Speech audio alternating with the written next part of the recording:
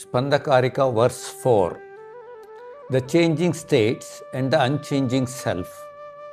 Aham sukhi cha dukhi cha raktaschetyadi samvidaha sukhadyavastanusyute vartante anyatrataha sfutam. Let us listen carefully to the verse. I am happy, I am sad, I am attached. These experiences are familiar to us.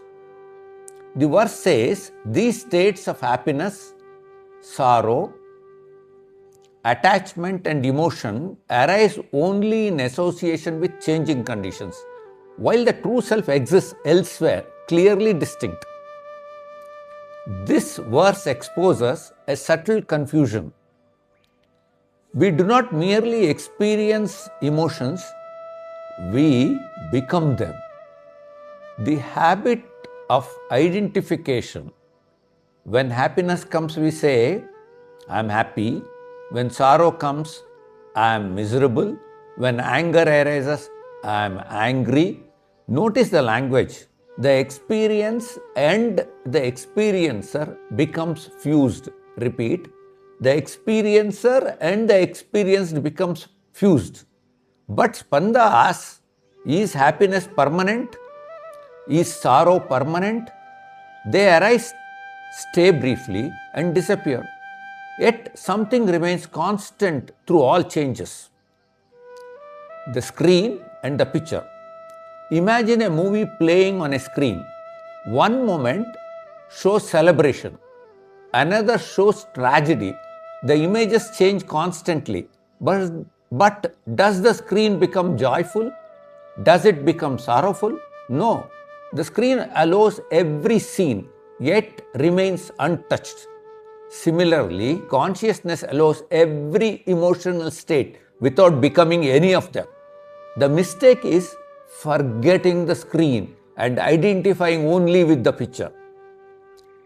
How states borrow identity?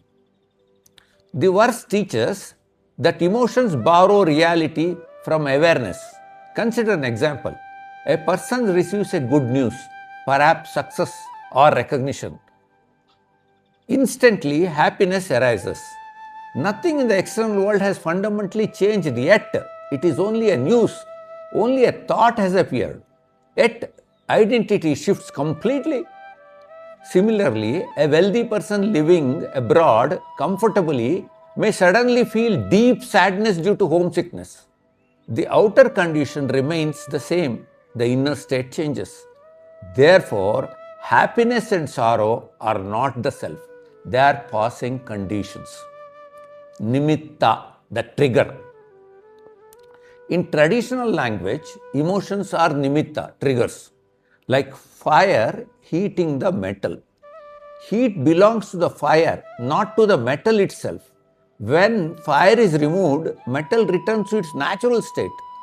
Similarly, emotional states temporarily color the mind, but the nature of awareness remains unchanged. The self is not altered by passing experiences. Where do these states occur?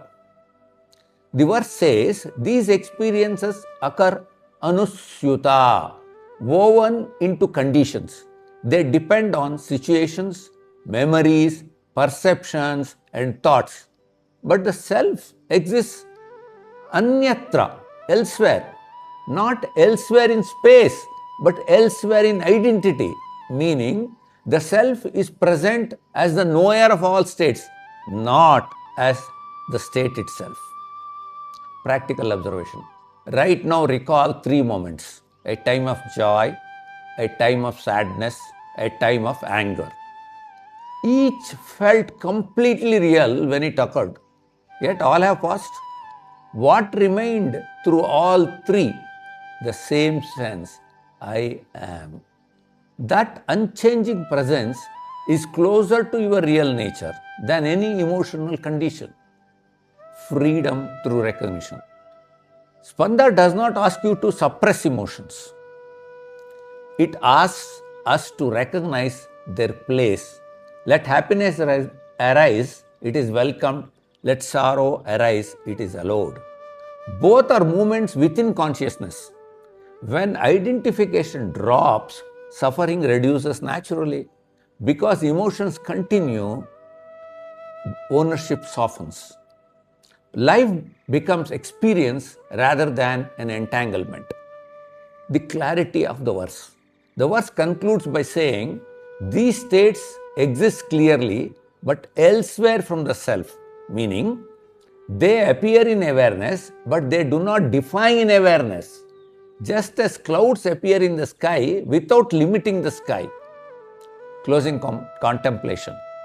Next time an emotion arises, pause gently. Instead of saying, I am angry, notice anger is spreading. Instead of I am sad, notice sadness is being experienced. Immediately space appears. That space is Spanda, the living awareness in which all the states arise and dissolve. You are not changing the emotion. You are the light in which the emotions are known. The picture changes, the screen remains.